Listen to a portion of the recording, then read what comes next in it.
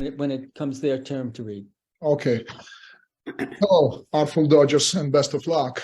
So I'd like to share two of my works with you. One of them is from my book. It's called Eastern Star, and published by Adelaide Books here in New York City. And this is my cover art. And another one, it's from our new book, because this book I wrote with co-author Joshua Corwin, who is in LA, and we never met each other in real life. We were working on this book virtually via Zoom, and we received a very good blurb by the columnist of New York Times, D.W. Gibson, and it's pretty huge for us. Okay, let's get started. It's called Who, Part 3.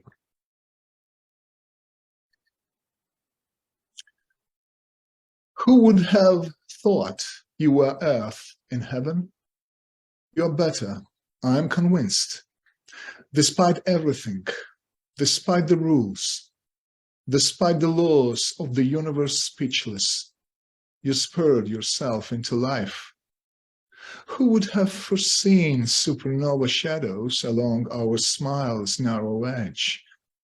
The world, a tempest, full of traditions, uncovering themselves, all on their own, despite everything, despite the rules, despite the laws of the universe speechless, you spurred yourself into life.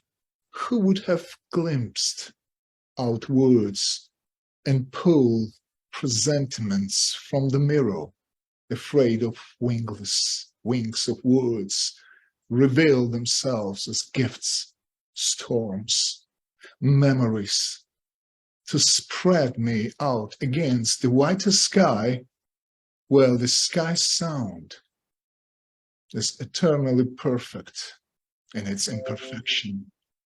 Despite everything, despite the rules, despite the laws of the universe speechless, you spurred yourself into life. Within the storm of falling bombs, all of me can walk, swim, fly, in the rain of light, even drift in and out, star-crosses on life's tracks. Despite everything, despite the rules, despite the laws of the universe speechless, you spurred yourself into life.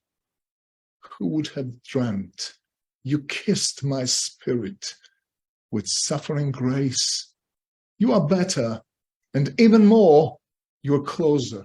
I clearly see, despite everything, despite the laws, and despite the rules of the universe speechless, you spurred yourself into life.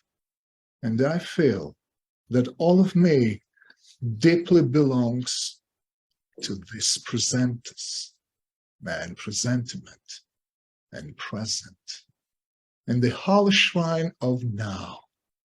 How else could I have entrusted myself to me? Who would have wished it otherwise? Despite everything, despite the rules, despite the laws of the universe speechless, you spurred yourself into life. Who you are in the foggy, gold azure mirror is key, although you are better, even more, even closer than this blind eye, who clearly sees my life is ever perfect, every moment, every memory, every now. Thank you. Cheers, everybody. Thank you.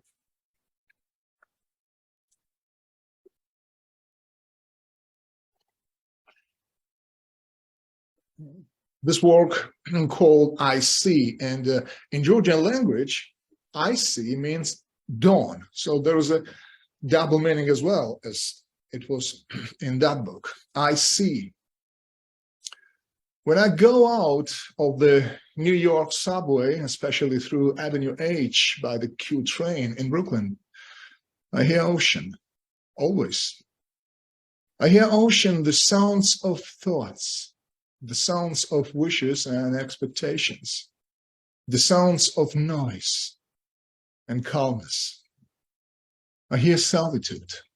I hear darkness early in the morning when I'm alone, surrounded only by the sounds as echoes of my own breath. And I'm walking faster and faster and singing. I love a melody as I love the morning. The morning is a spirit of life for me. And the melody is a spirit of music itself. It is my own breath while I am alive and can feel the sounds of ocean. As something familiar is dawning deep within me every morning, then it disappears again. As I remember my childhood, a little beetle on my palm, and as a kite and welly, the premonition of joy is forcing me forward, listening to the melody of breath and looking up to the sky's wide open silence. The same sky with the same kite from my childhood.